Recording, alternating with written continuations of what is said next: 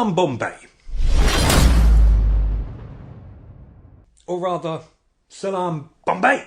Released in 1988, Salaam Bombay is the first film to be directed by Meera Nair, who would go on to direct Mississippi Masala and Monsoon Wedding. Okay, let's get it straight out the way. This is India's City of God. Or rather, City of God is Brazil's Salaam Bombay. There is no escaping the comparison. A story centred around street life in the back alleys and gutters. Organised crime, prostitution, drugs, poverty.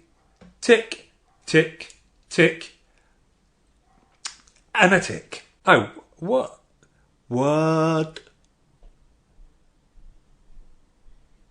Is Trainspotting Scotland's version of this? However, where City of God grabbed me by the throat from the off, Salaam Bombay takes a much more gentle approach into welcoming you into the world in which you're going to be trapped for the next 2 hours. We are first introduced to our hero, a young boy named Krishna, who is portrayed by real-life street kid Shafiq Syed as he works on dismantling a circus. And we're soon to find out that's quite a metaphor.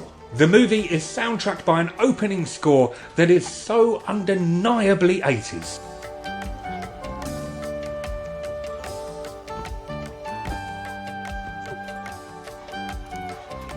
I mean, it immediately sounds iconic. It preempted precisely what I thought I would hear from a movie portraying India in the 1980s. So much so that I'm almost astounded I haven't heard it before. It sounds like something that should play in an American movie in my mind, which features Michael Douglas arriving in Jaipur, clothed in a white suit and a Panama hat. The heat bouncing off the camera lens, adding a foggy shimmer to proceedings, as he attempts to meet up with his guide. But, of course, nobody speaks English, and he only knows one word in their language. So they just relentlessly shout prices for souvenirs at him. Whilst on the other side of the market, Kathleen Turner gets harassed by street kids and falls over her suitcase, ruining her perfectly coiffed hair.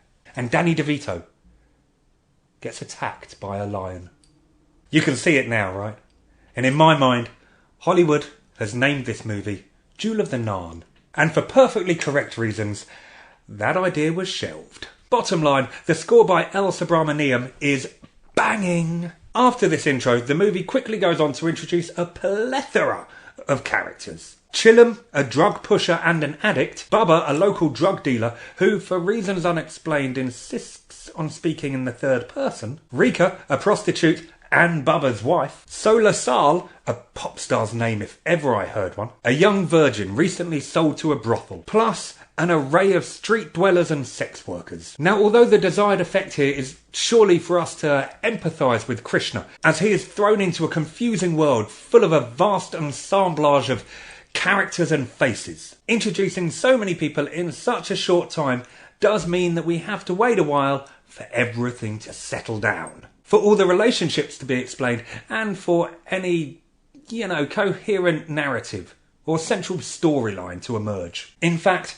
I could argue that this doesn't fully happen until the death of one of the characters about 3/4 of the way into the movie. Now, that's not to say that there aren't moments to be captivated or intrigued by leading up to this point. There most certainly are.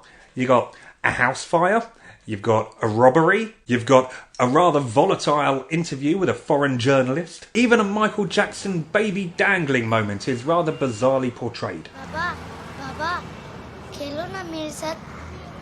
Baba, khelo na.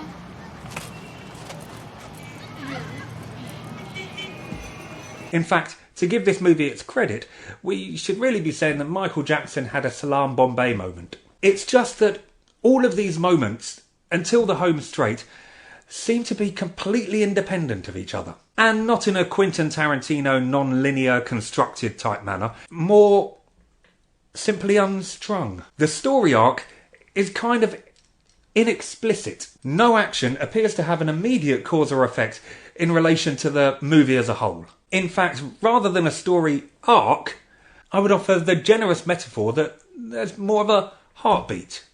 The running time is punctuated by moments of life, which, at times, are not particularly enjoyable. All the performances are really very good. And the final quarter of the movie is immensely sobering. The detention centre, where the children are stuffed away together, hidden from society, out of sight, out of mind.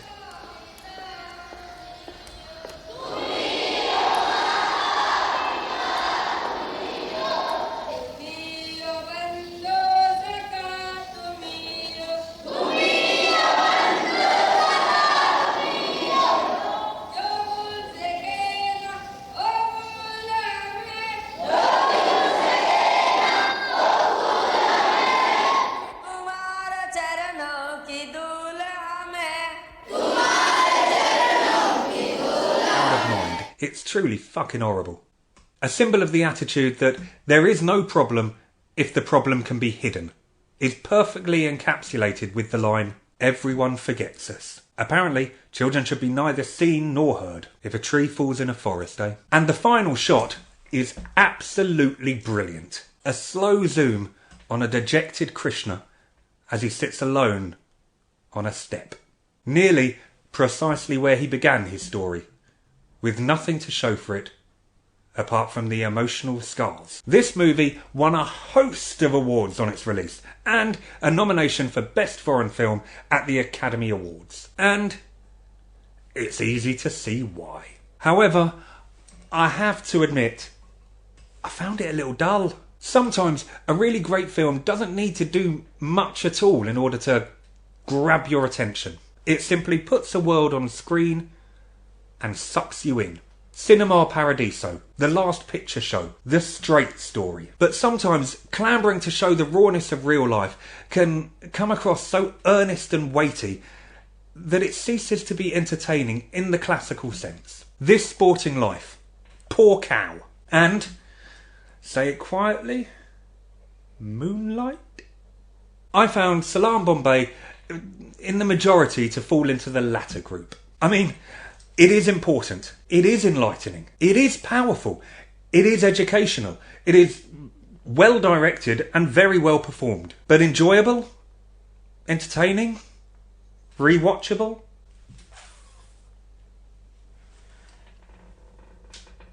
Not really.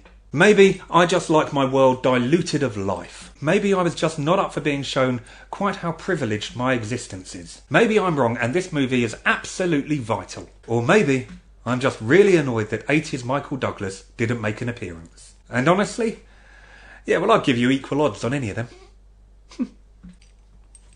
Laters.